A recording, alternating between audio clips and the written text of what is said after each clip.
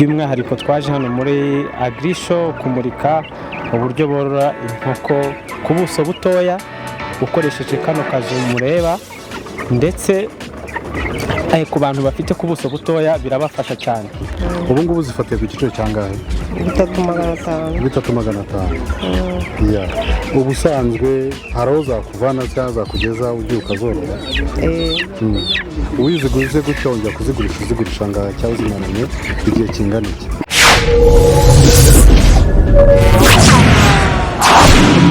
Kubw'Imana Gabriel niwe watwibwira ukatubwira ubworozi bwawe uburyo butangira uburyo buzamura umuntu.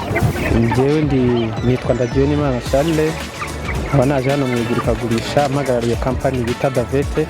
Ni kampani ikora ibijyanye n'ubuhinzi n'ubworozi, by'umwihariko twaje hano muri Agrishow kumurika uburyo borora inkoko ku buso butoya ukoresheje kano kazu mureba, ndetse ku bantu bafite ku buso butoya birabafasha cyane. Inkoko rero ni wowe bwoko? Ni saso. Ni ubworozi bw'inkoko mu buryo bugezweho, kandi izi nkoko zitanga umusaruro. Ni saso zibasha kwihanganira kondisiyo ya hano iwacu mu Rwanda. Icyicaro cyanyu kiragana he? Kiri Kamonyi, ugeze ku isoko rya Bishenyi, ni nk'aho uba wahageze ni hafi. Izi nkoko rero za saso zitanga amagi, ariko iyo uzoroye neza zigeraho zikaguha n'inyama. Ku mworozi rero ugitangira birashoboka ko yatangira ku nkoko nkeya akagenda azamura zikamuha umusaruro. Ubu nk'aka kazu kajyamo nk'inkoko zingana iki zakuriramo? Aka kazu hejuru urabona ko gafite etajeri ebyiri, hejuru hajyamo inkoko 15 no hasi 15, zikabasha gukuriramo zikajya ziteramo n'amagi nta kibazo.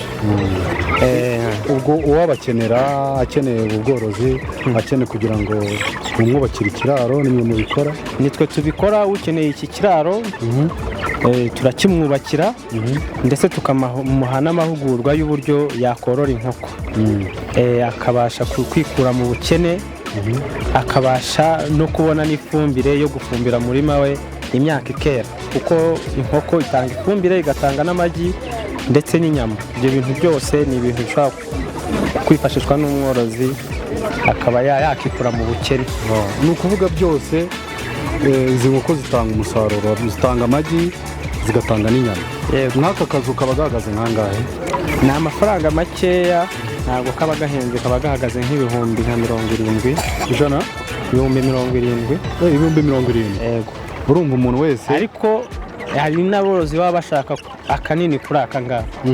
Amafaranga agenda yiyongera bitewe n'ukuntu kangana. Hanyuma inkoko wenda n'ubwo mwazizanye hano muri no murikagurisha, ubundi abasanzwe aho muri cyangwa hari ukuntu mubikora mukazimugezaho, biziba zihagaze uyu mworozi turavugana, cyane yuko hano muri Agrishow turi no kuzigurisha, ariko ushaka n'izindi nyinshi kuri famu turazifite, aratugana akazigura. Yaguze nyinshi nibwo tumugereza mu rugo aho agiye kororera, ariko yaguze nkeya arazitwaza. Hanyuma igiciro cyazo?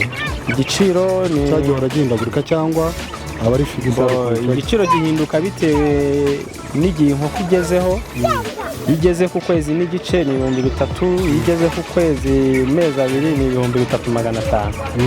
Ubu izi nkoko zifite amezi angahe? Zifite amezi 2. Ubwo ariko iyo zigejeje mu mezi 2 nta yindi miti ziba zigikeneye? Ntayo, kuko zarakingiwe, inkingo zose zarazifashe. Nta kibazo, ni ukuzijyana ukagenda ukorora, ubundi ukajya uziha amavitamine. Igihe zarwaye ibicurane ukazigurira umuti w'ibicurane. Ariko icyo tugira inama umworozi ni ukubahiriza amasuku, kuko niyo atera ibyo bibazo byose. Amasuku? Kubahiriza amasuku mu kiraro cyawe. Wajya kwinjiramo ukabanza ugakandagira mu muti, ukabanza ukadesinfekta ikiraro cyawe mbere yo gushyiramo inkoko. Ubundi mbere yo gushyiramo amazi ukabanza ukoza manjwari ndetse na brevoire kugira ngo bibe bisa neza. Wenda ikindi kintu wabwira umuntu ashaka korora zino nkoko, amushishikariza azikeneye ikintu wamubwira kugira ngo byamutera kurusha kugira ngo azaze abarebe.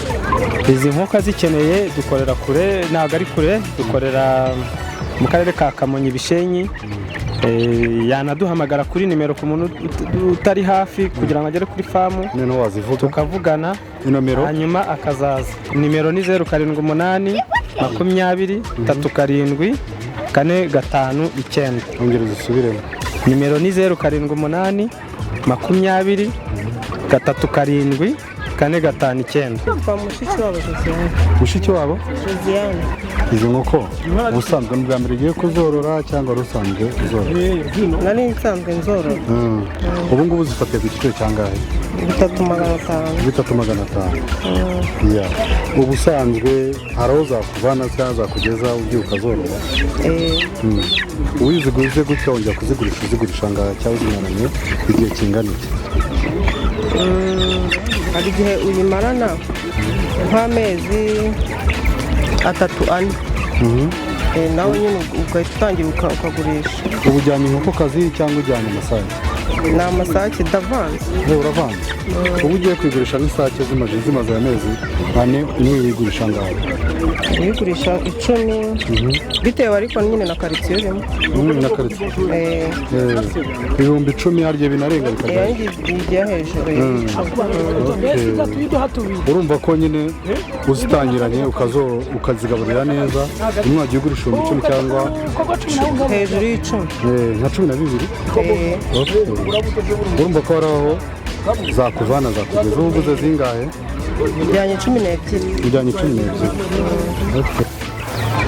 Ya, mwabyumvishije rero iyi kampani, abakenera inkoko, abakenera ubworozi, mwumvishije ko hari aho zakura umuntu zamugeza yatangirira ku nkoko nkeya. Mwumvishije ko kano kazi ari agatajeri, hasi hajyamo 15, hejuru hakajyamo 15. Ubwo urumva ni inkoko 30 muri kano kazu, kandi mubona ko atari kanini cyane. Urumva rero wazikenera, urumva ko bakorera hafi mu karere ka Kamonyi, hano Bishenyi umanuka hasi, urumva wabasanga. Rero nshuti za Coffee Sale, turacyakomeza, reka turebe n'abandi bantu noneho dukomeze tuganire.